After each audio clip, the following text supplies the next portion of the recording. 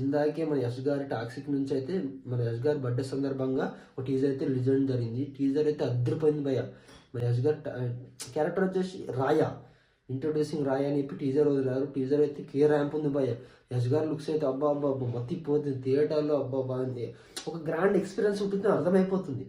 ఆ టీజర్ ఆ బీజం అయితే రవి బస్సు గారు ఇచ్చి పడేశారని చెప్పొచ్చు భయ్య. ఏం కొట్టిండు అబ్బా అబ్బా అబ్బా పీక్స్. అసలు ఈ మూవీకి లేడీ డైరెక్టర్ అంటే అసలు ఎవ్వరు నమ్మరు భయ్, అంత పీక్స్లో తీసిన డైరెక్షన్ అయితే పిచ్చి. అసలు డైరెక్టర్ చూసుకుంటే గీతా మోహన్ దాస్ గారు బ్రిలియంట్ డైరెక్టర్ అని చెప్పచ్చు.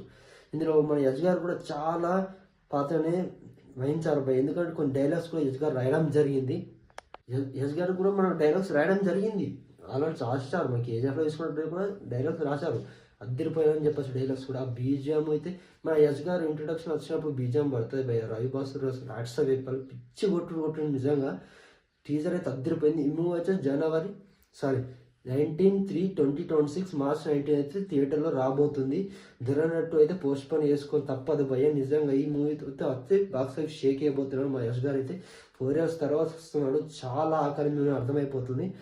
లేట్ డైరెక్టర్ అయితే చాలా టాలెంటెడ్ డైరెక్టర్ అని చెప్పచ్చు. ఇందులో 6 heroes ఉన్నారు అబ్బా.